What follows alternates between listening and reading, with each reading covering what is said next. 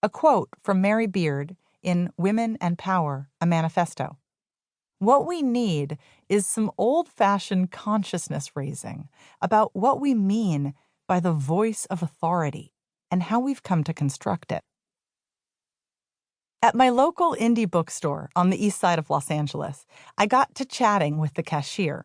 She asked what I was going to call the book I was writing, and when I told her, the man behind me in the queue, tall, red-headed, and rosy-cheeked, piped up with a guffaw. "Permission to speak! That's not something I've ever waited for!" The cashier and I shared a delicious look. "Precisely, sir, precisely." This book is not for him. When I was 24, I lost my voice. I needed this book pretty desperately. I remember most mornings I'd be able to speak, my voice tentative but at least audible, but by evening it'd be gone again. I would push through to talk during the day, feeling a constant scraping in my throat, the effort of it stealing my energy and thrashing my spirit.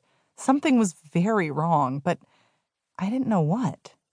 Was I sick? Was I broken? I was living in Providence, Rhode Island, halfway through a graduate program in acting, a dream I had fought for, but in truth, it was a terrible fit. I was desperately lonely, and now feeling ever more isolated because I couldn't even talk. I dropped out of the play I was in. I attended classes like a ghost, aware of my every impulse to communicate and how I'd squelch each one. I stopped calling friends and my parents on the phone because it hurt too much. I definitely stopped laughing. Nights, in the dead of winter, I would huddle in the one-room guest house I was renting, drinking tea with honey, wondering what my voice was trying to tell me and why I couldn't just be normal. It turned out I had the beginnings of vocal nodules, pissed off little blisters developing on my vocal cords. I still have the alien-looking photo of my V-shaped cords the doctor captured by running a tiny camera up my nose and down my throat, and remember him pointing out where they were rubbing against each other, aka at the wrong spot. It turned out I had picked up a habit of speaking that was a bit lower than my body's preferred pitch. It turned out the fix was relatively minor, and with the help of a speech pathologist during winter break, I worked on a slightly new way of speaking that felt strange until it didn't, and ushered myself back into the land of the living. But I was left with major questions. Why had I picked up this habit that had unleashed such chaos in my life? Had there been some sort of payoff for me to speak this way?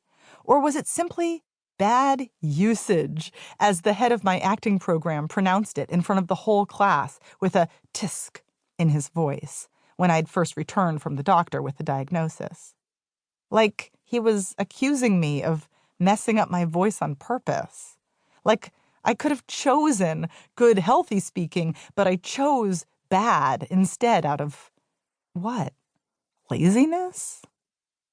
And there was the question that took shape more slowly as I began to share my brush with nodules post-graduation and began to hear others' stories.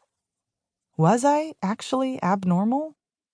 I wondered how many others experienced a hard-to-place, out-of-sync feeling between their bodies and voices. How many women, especially, it seemed, spoke in ways that weren't natural and free because they had heard whispers in their own heads that said, "You're not talking right," or "You're not speaking up like you should," or "You don't sound like what powerful people sound like. What is wrong with you?" Maybe you've heard these whispers yourself. Maybe you've even heard them voiced aloud by well-intentioned mentors or bosses who took you aside for just a word of advice. Maybe you've been the recipient of a gentle warning that no one will take you seriously if you keep saying like so much, or if you remain so soft-spoken.